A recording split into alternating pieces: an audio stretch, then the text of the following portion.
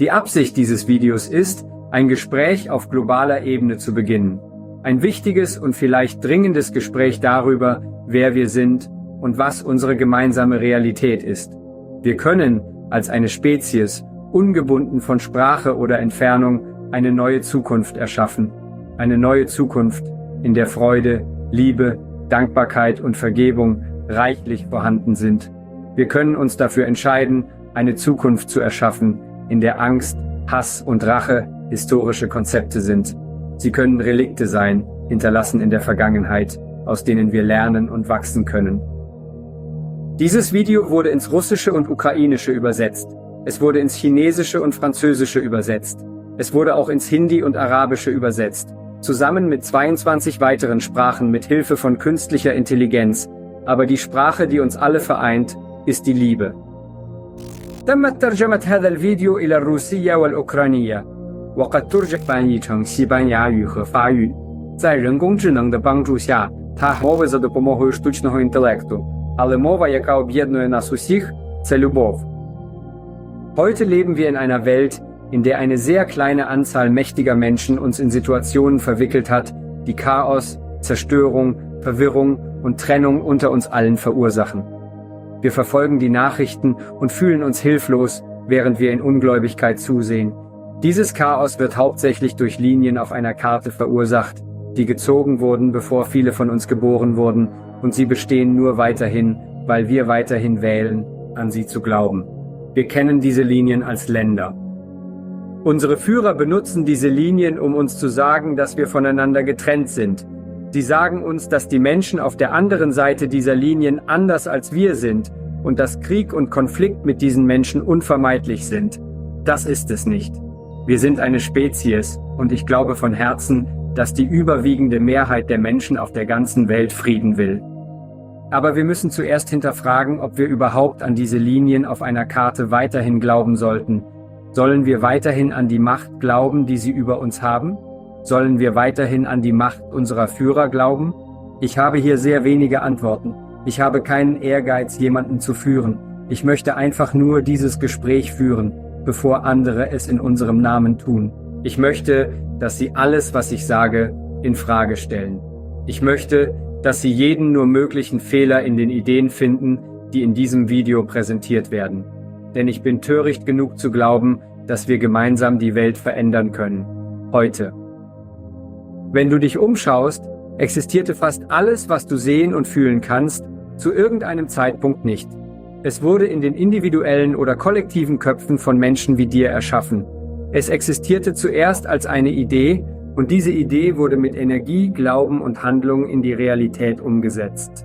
Die Idee, die ich mit euch allen besprechen möchte, ist, dass wir gemeinsam im Dezember 2023 kollektiv entscheiden können, dass diese Linien auf einer Karte uns nicht mehr dienen. Wir Menschen sind fähig, erstaunliche Dinge zu erschaffen. Aber wir müssen zuerst glauben, dass es möglich ist. Zum Beispiel, in der Vergangenheit glaubten die Menschen, dass Tulpenzwiebeln wertvoller als ein Haus waren, aber dann erkannten sie, dass dieser Glaube albern war. Wir können auch entscheiden, die gleiche Logik auf Länder oder unsere politischen Systeme anzuwenden, wenn wir möchten. Wenn Sie irgendwelche Zweifel daran haben, möchte ich Sie bitten, über eine Zeit nachzudenken, in der Sie sich vorgenommen haben, etwas zu tun. Als Individuum bin ich sicher, dass Sie in Ihrem Leben bereits viele Dinge erreicht haben. Von dem Moment an, als Sie laufen und sprechen lernten, haben Sie so viel erreicht und es gibt wahrscheinlich Dinge, an denen Sie gerade arbeiten. Zukünftige Ziele, an denen Sie arbeiten, als eine Gruppe. Ich bin sicher, dass es Zeiten gab, in denen ihr zusammengearbeitet habt, um etwas in einem Sportteam oder einem Gruppenprojekt in der Schule oder bei der Arbeit zu erreichen. Zuerst musstest du glauben, dass es möglich war. Dann hast du dich daran gemacht, es zu erreichen. Es ist genau das gleiche Konzept, das wir heute untersuchen werden. Zusammen können wir alle lernen zu gehen, als Individuen auf diesem Planeten und zusammen als eine vereinte Spezies, wenn wir uns dafür entscheiden. Im 21. Jahrhundert haben die Entscheidungen, die von den Menschen getroffen wurden, denen wir die Macht gegeben haben, erhebliche Auswirkungen auf unser aller Leben gehabt. Und in diesem Moment liegt viel Aufmerksamkeit darauf, was zwischen mehreren Nationen, die in Konflikte verwickelt sind, geschieht über die wir scheinbar keine Kontrolle haben. Weniger Aufmerksamkeit wird jedoch darauf gelegt, welche Art von Welt die Menschen, die derzeit an der Macht sind, ohne unsere Zustimmung oder Perspektive zu schaffen versuchen. Wir müssen unsere eigene Unterhaltung führen, bevor wir den Launen wahnsinniger Menschen ausgesetzt sind. Derzeit nehmen wir alle an einer Realität teil, in der 8 Milliarden von uns die Macht einigen wenigen Auserwählten übertragen haben, die ihren eigenen Willen durchsetzen und ihre eigenen sinnlosen Konflikte aufrechterhalten, während sie verzweifelt versuchen, uns davon zu überzeugen, sie mit ihren Medien und ihrer Macht zu unterstützen. Der Zweck dieses Videos ist es, einfach den Samen einer Idee in unseren Köpfen zu pflanzen, dass wir unsere Realität ändern können, indem wir uns entscheiden, die Linien auf unserer Karte, die die Bedingungen für Krieg geschaffen haben, nicht anzuerkennen oder daran zu glauben. Ich hoffe, dass dieses Video weltweit zum nachdenklichen und kritischen Diskurs darüber anregt, ob diese Linien noch nötig sind und ob die Menschen, die darauf bestehen, dass sie es sind, noch angehört werden sollten. Die Linien, die wir über unser Zuhause gezogen haben, sind die Quelle so vieler Ängste und Hasses und wir geben ihnen so viel Macht. Wenn wir diese Linien entfernen, dann werden die Menschen keine andere Wahl haben, als sich als souveräne Individuen unter einem gemeinsamen Ziel zu vereinen, zum Wohle von uns allen und unserem Planeten selbst. Wir können an etwas Größeres als unser Land glauben. Ich schlage vor, dass wir uns gemeinsam versammeln können, um unseren eigenen Zweck zu finden, was immer das auch sein mag. Wenn wir uns dafür entscheiden, diese Saat einer Idee zu pflegen, könnte sie den Anfang einer echten Veränderung für jeden Menschen auf dem Planeten schaffen. Und mit genügend Glauben und Handeln könnten wir sogar diejenigen von der Macht entfernen, die uns kontrollieren oder in einen Konflikt führen wollen, den wir nicht unterstützen. Es beinhaltet kein Protestieren und fast keine körperliche Anstrengung. Es geht einfach darum, ein weltweites Gespräch darüber zu führen, ob wir bereit sind, an etwas jenseits von Grenzen und Andersartigkeit zu glauben. Dieses etwas könnte Einheit sein. Wir haben die Wahl, gemeinsam an Nationen zu glauben und an die Macht zu glauben, die Menschen über uns haben. Wir können auch gemeinsam die Idee erkunden, dass wir jede Macht, die über uns ausgeübt wird, als Teil einer kollektiven Entwicklung des Bewusstseins ablehnen können. Und es kann mit einem einfachen Gespräch beginnen, indem wir uns dafür entscheiden, an etwas Größeres als Nationen und nationale Währungen zu glauben, können wir gemeinsam unsere Führer verblüffen und entmachten, die sich auf Angst, Hass, Rache und Zerstörung zu konzentrieren scheinen. In dieser neuen Wirklichkeit können wir gemeinsam beschließen, nicht an die Macht zu glauben, die jemand über unser Schicksal hat, und unser eigenes gestalten. Wir müssen uns nicht auflehnen oder protestieren. Wir können einfach und friedlich die Idee von Ländern, Währungen und sogar Regierungen aufgeben, wenn unsere Regierung unterdrückerisch ist. Einfach ausgedrückt, was wir nicht glauben, existiert nicht. Und wenn wir nicht an die Macht glauben, die jemand über uns hat, existiert sie nicht. Ich schlage vor, dass wenn wir uns entscheiden, gemeinsam an etwas zu glauben, wir es gemeinsam wahrmachen können. Zum Beispiel, stellen wir uns vor, was möglich ist, wenn wir uns entscheiden, als eine Spezies zu vereinen. Wenn wir uns dazu entschließen, uns selbst zu besteuern, wohin geht unser Steuergeld, wenn es keine Länder mehr gibt, gegen die man kämpfen kann? Anstatt dass unsere Steuern dazu verwendet werden, Kriege und Armeen zu finanzieren, die Zerstörung und Verwüstung auf unserem Planeten verursachen, wird es in dieser neuen Realität keine Kriege geben, weil es niemanden zum Kämpfen geben wird. Wenn wir uns jedoch in Zukunft dazu entschließen sollten, uns selbst zu besteuern, könnte dieses Geld zur Lösung der Probleme beitragen, mit denen unser Planet konfrontiert ist, wie Klimawandel, Ernährung, Bildung, Gemeinschaft und Abfallmanagement. Das Geld könnte auch in kreative, bildende, gemeinschaftlich betriebene Projekte fließen. Der wichtige Unterschied besteht darin, dass wir nicht zulassen, dass eine Person oder eine Gruppe von Personen uns führt, weil diese Person oder diese Person ihre eigene Agenda haben wird. Wir haben ein sehr kleines Zeitfenster, um bestehende Machtstrukturen abzubauen. Daher müssen wir jeden hinterfragen, der diese Strukturen in irgendeiner Form beibehalten möchte. Wir können dies gemeinsam entscheiden, ohne auf die Systeme angewiesen zu sein, die in der Vergangenheit zur Regierung von uns verwendet wurden. Das bedeutet, dass wir gemeinsam etwas Neues schaffen können, und es beginnt mit einem Gespräch auf globaler Ebene. Es besteht auch eine Chance, dass diejenigen, die versuchen würden, eine Art Weltregierung zu schaffen, weiterhin Angst und Hass in der Gesellschaft schüren, um ihre Macht zu behalten. Es sind genau diese Machtstrukturen, die wir ablehnen müssen, wenn wir mit diesen Gesprächen etwas erreichen wollen. Wenn wir dies gemeinsam diskutieren, können wir es zu unserer Realität machen, ohne zu protestieren und ohne zu kämpfen. Die Diskussion muss nicht im Fernsehen übertragen werden. Sie kann mit Ihren Liebsten, Ihren Kollegen, Ihren Schulfreunden oder Ihren Online-Freunden stattfinden. Solange wir nicht sicher sein können, dass unsere Medienorganisationen wirklich offen für dieses Gespräch sind, müssen wir sie mit Misstrauen behandeln. Bevor dieses Gespräch öffentlich stattfinden kann, müssen wir vielleicht unsere eigenen Medienplattformen schaffen oder unsere bestehenden liebevoll übernehmen.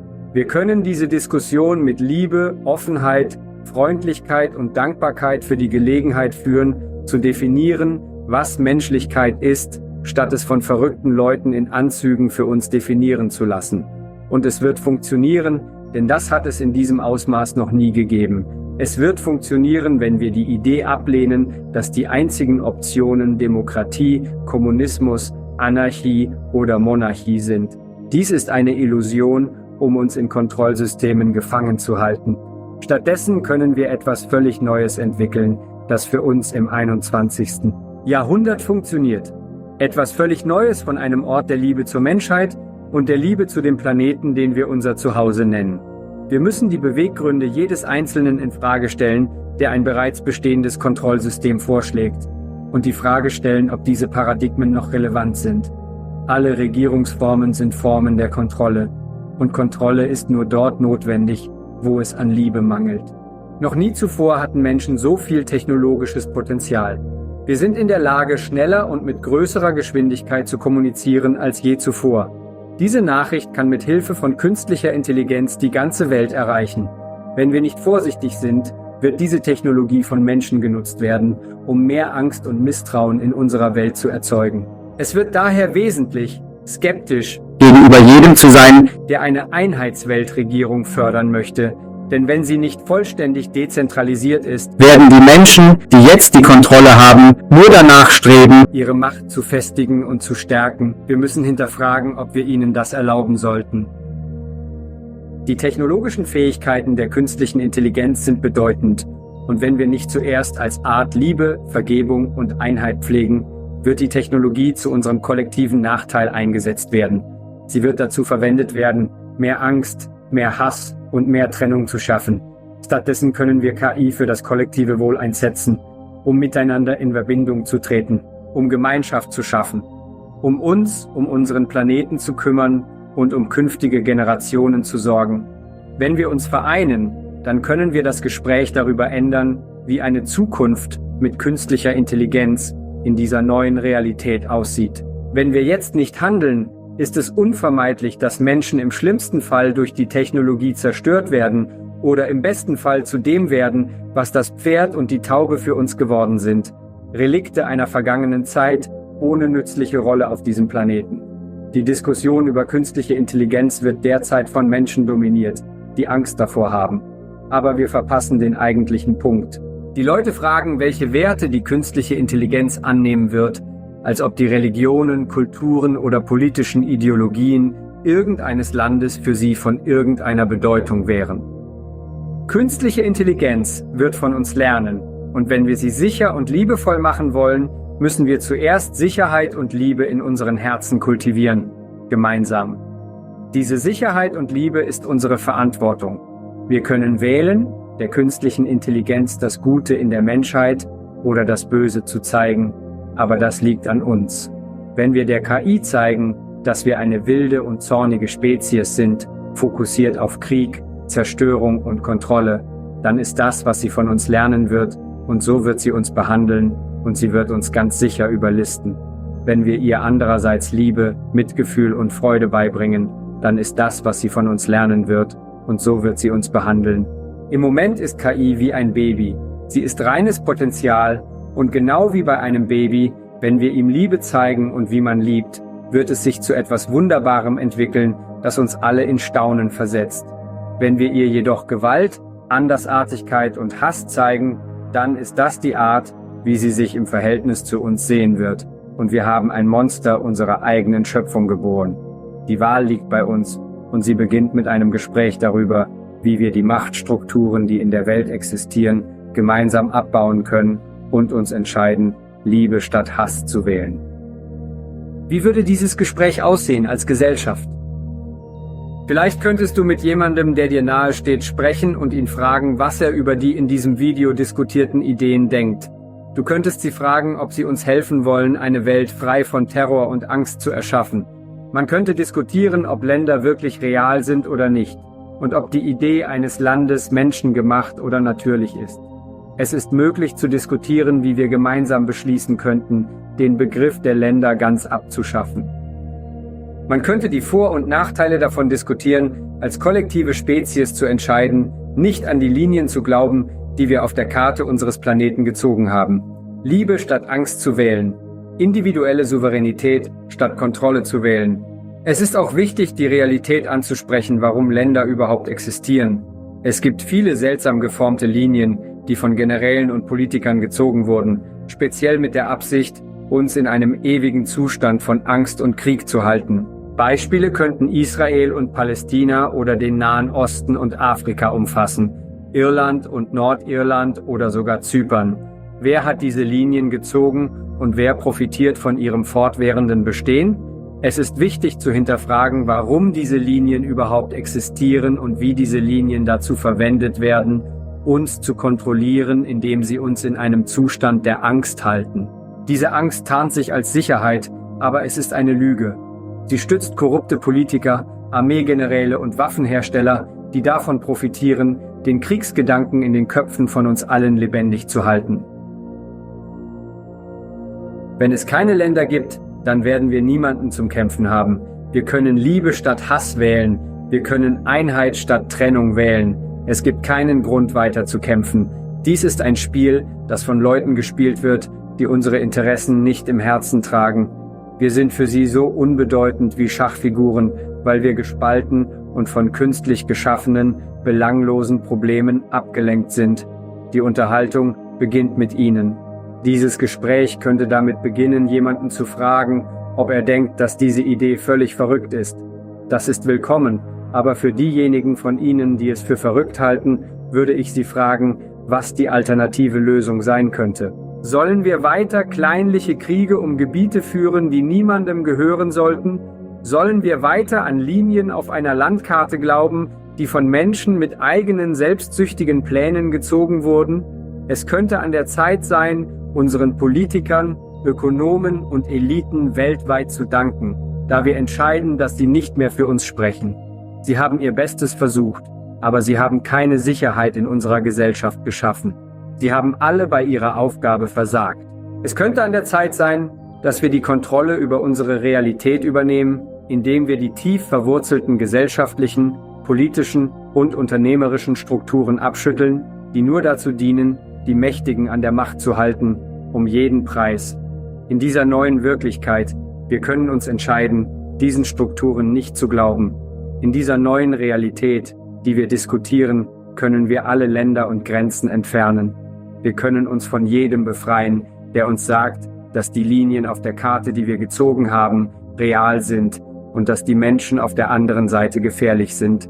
Dies gilt für alle Unterteilungen wie Religion, Rasse oder Geschlecht. Wir müssen niemandem Schaden zufügen, während wir dies besprechen. Wenn wir anderen Schaden zufügen, schaden wir wirklich uns selbst. Alles, was wir jetzt tun, muss mit Liebe getan werden. Wir können unsere neue Realität wie ein neugeborenes Baby behandeln, indem wir es mit bedingungsloser Liebe überschütten. Wir können einfach und freundlich ihre Macht entziehen, indem wir uns entscheiden, nicht an sie zu glauben und sie dafür lieben, dass sie uns zeigen, was wir nicht sind. Brauchen wir wirklich eine Regierung, wenn wir die Liebe als Leitprinzip haben? Eine Regierung, egal wie gut gemeint, hat kein Herz. Und es ist wichtig, dass wir uns daran erinnern. Wie würde das aussehen? Stell dir vor, die Macht der Politiker, Ökonomen und Eliten zu entfernen, die versuchen, uns zu kontrollieren. Wir können dies gemeinsam tun als eine globale Bevölkerung, die sich entscheidet, nicht an die Linien zu glauben, die wir auf der Karte gezogen haben, oder an die Währung, über die sie die Kontrolle haben.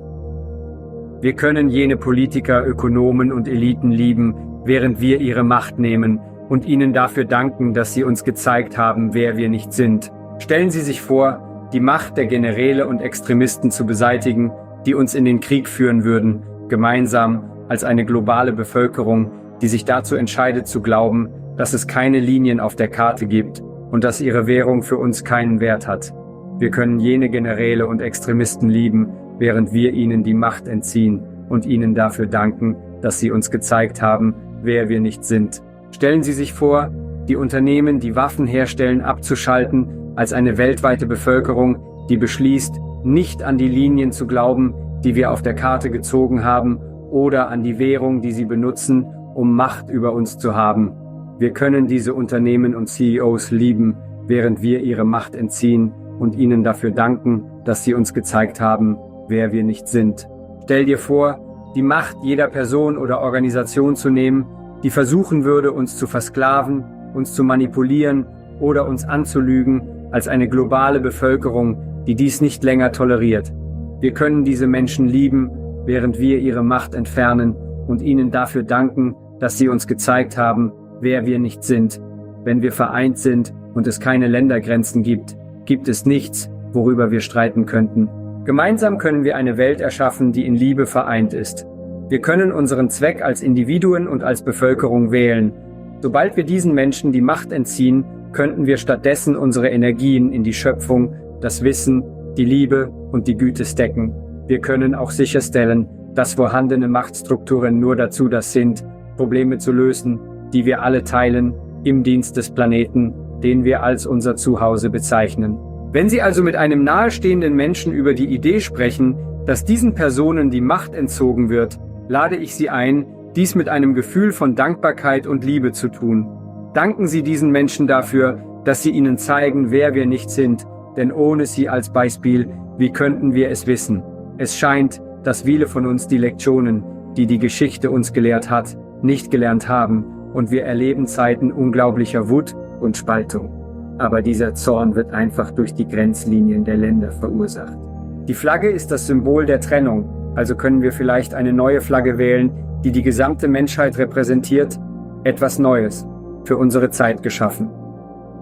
Ist es möglich, unsere Führer mit Liebe, Güte und Dankbarkeit aus der Macht zu entfernen, ohne Rache zu suchen oder Schaden zuzufügen? Können wir weitermachen und dies hinter uns lassen, ohne mehr Wut und Hass in der Welt zu erzeugen? Natürlich haben diese Leute etwas getan, das unsere Souveränität verletzt hat, aber wir können das sehr leicht zurücknehmen. Sie haben die Gelegenheit, die wir ihnen gegeben haben, verschwendet, und wir können ihnen für ihren Dienst danken. Es besteht keine Notwendigkeit für Bestrafung oder Rache. Wir können die Lektionen lernen, die uns die Franzosen beigebracht haben. Wir müssen nicht einen Tyrannen durch einen anderen ersetzen und wieder einen anderen. Wir können den Kreislauf durchbrechen, indem wir das mit bedingungsloser Liebe tun. Es gibt nur Platz für Liebe und Freundlichkeit, wenn wir ihnen dafür danken, dass sie uns gezeigt haben, wer wir einst waren, während wir mit Liebe voranschreiten, mit einer festeren Vorstellung davon, wer wir wirklich sind. Was wird der Nachrichtenbericht sagen, am Tag, an dem sich die Menschheit vereint? Wie werden die Straßen aussehen an dem Tag, an dem wir Liebe statt Hass wählen? Es wird keine Anarchie sein, es wird Glückseligkeit sein. Wie wird dein Leben aussehen, wenn es nicht von Medien dominiert wird, die wollen, dass du ängstlich, rachsüchtig und terrorisiert bist? Dies sind alle Fragen, die wir jetzt freistellen dürfen. Was denkt deine Mutter oder dein Vater darüber? Was würden deine Großmutter oder dein Großvater von dieser Idee halten?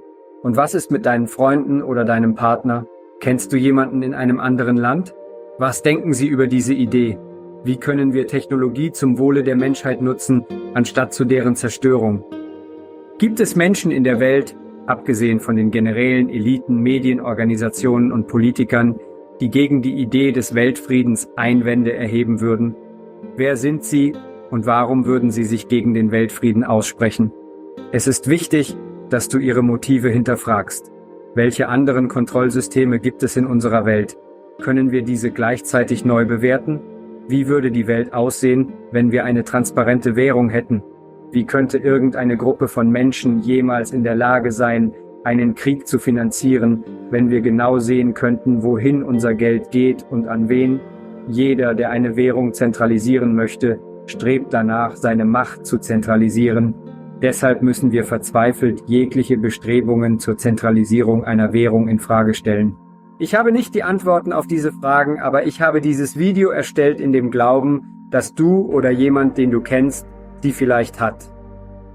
Wenn dieses Video dir geholfen hat, dir eine bessere Welt vorzustellen, dann lade ich dich ein, es mit 2 bestimmten Personen zu teilen, von denen du denkst, dass sie von seiner Botschaft profitieren könnten. Das Video wurde in 26 Sprachen übersetzt und meine einzige Bitte ist, dass Sie es, wenn Sie es mit diesen 2 Personen teilen, es mit der Absicht teilen, ein Gespräch mit ihnen zu beginnen. Was halten Sie von diesen Ideen? Was halten Sie davon? Was passiert als nächstes? Abgesehen von einer sehr kleinen Anzahl von Politikern, Eliten und Medien, die alle in die Aufrechterhaltung einer bestimmten Erzählung investiert sind. Was würde die Vereinigung der Menschheit verhindern? Ich muss Sie nicht daran erinnern, aber wir sind viel mehr als Sie. Gibt es jemanden, den Sie kennen, der diese Nachricht in Ihrem Teil der Welt verstärken könnte? Wenn wir alle gemeinsam beschließen, dass Länder nicht existieren, schnell und gleichzeitig, was können wir sonst noch gemeinsam erreichen in einer Welt, in der wir unsere Unterschiede, Talente und Perspektiven begrüßen? Wenn das Video in Ihrer Sprache nicht existiert oder Sie einfach ein besseres Video erstellen möchten, habe ich alle Assets und das Skript kostenlos in der Beschreibung zur Verfügung gestellt. Bitte erstellen Sie dies nach und teilen Sie diese Nachricht mit Ihrer eigenen Stimme. Ich lade Sie auch ein, sich darüber lustig zu machen, es zu kommentieren und zu kritisieren. Ich habe absolut keine Antworten und ich möchte keine Macht. Dieses Video wurde mit einem offenen Herzen und dem tiefsten Glauben an Ihre Kraft und Fähigkeiten, nicht meine, erstellt. Die Links in jeder Sprache finden Sie unten. Danke fürs Zuhören. Ich würde gerne wissen, was Sie über diese Ideen denken. Lassen Sie uns das Gespräch beginnen.